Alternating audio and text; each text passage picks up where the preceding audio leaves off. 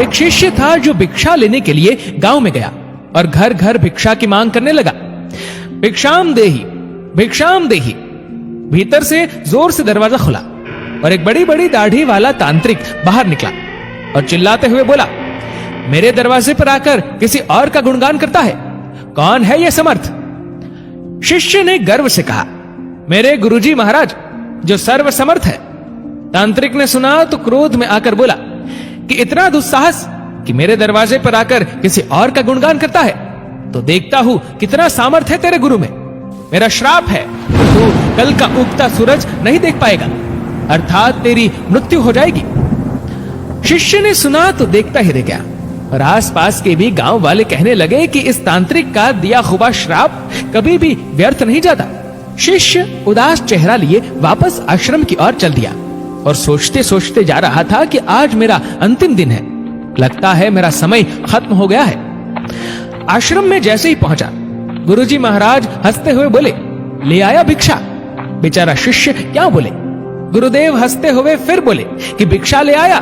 शिष्य ने कहा, जी गुरुदेव, भिक्षा में अपनी मौत ले आया, और सारी घटना सुना दी और एक कोने में चुपचाप बैठ गया।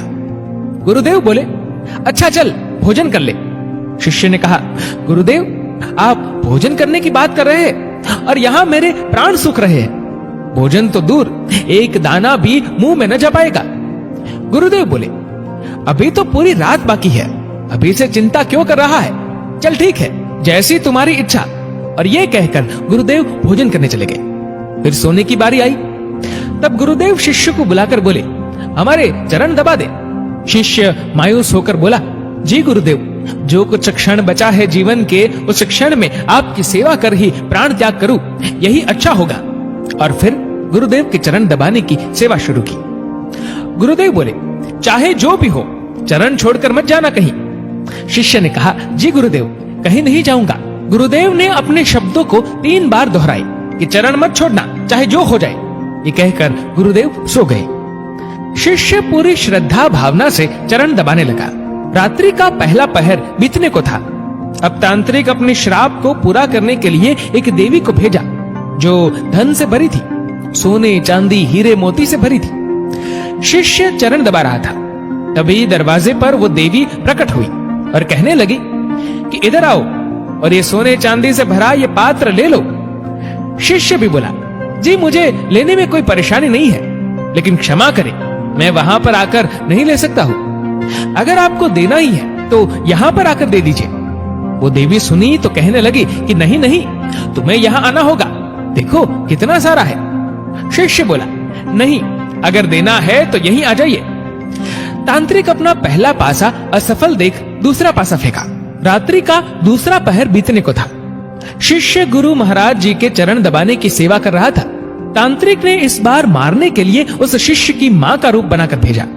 शिष्य गुरु के चरण दबा रहा था, तभी दरवाजे पर आवाज आई, बेटा तुम कैसे हो?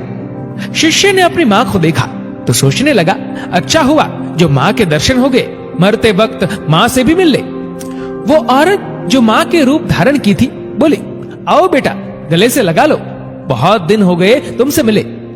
शिष्य बोला, क्षमा करना मां, लेकिन मैं वहां नहीं आ सकता क्योंकि अभी गुरु चरण की सेवा कर रहा हूं, मुझे भी आपसे गले लगना है, इसलिए आप यहीं आ जाओ। फिर वो औरत देखी कि चाल काम नहीं आ रही है तो चली गई। रात्रि का तीसरा पहर बीता और इस बार तांत्रिक ने यमदूत रूप वाला राक्षस भेजा। राक्षस पहुंचकर शिष्य से बोला कि चल तुझे लेने आया हूं, तेरी मृत्यु आ गई है, उठ और चल। शिष्य भी जल्लाकर बोला, काल हो या महाकाल, मैं नहीं आने वाला। अगर मेरी मृत्यु आई है तो यहीं आकर ले जाओ मुझे, लेकिन गुरु के चरण नहीं छोड़ूंगा, बस। फिर राक्षस भी चला गया। सुबह हुई, चिड़िया अपनी घोंसले से निकलकर चहचहाने लगी, सूरज भी उदय हो गया। गुरुदेव महाराज जी नींद से उठे और बोले कि सुबह हो गई। शिष्य बोला, जी गुरुदेव सुबह हो गई।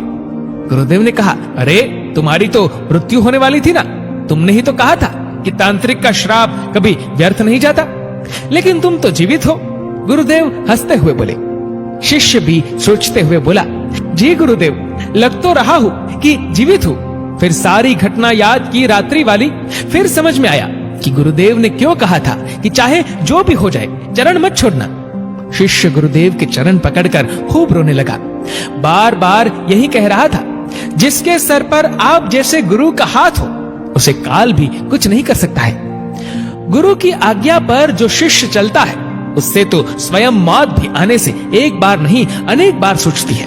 और जब शिष्य गुरु आज्ञा का उल्लंघन करे तो उसकी रक्षा ईश्वर भी नहीं करता और प्रकृति दंड देने को तत्पर हो उठती है।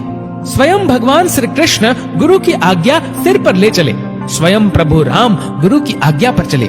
सद्गुरु में ही सामर्थ्य है कि वो प्रकृति के नियम को बदल सकते हैं जो ईश्वर भी नहीं बदल सकते हैं, क्योंकि ईश्वर भी प्रकृति के नियम से बंधे होते हैं लेकिन सद्गुरु नहीं।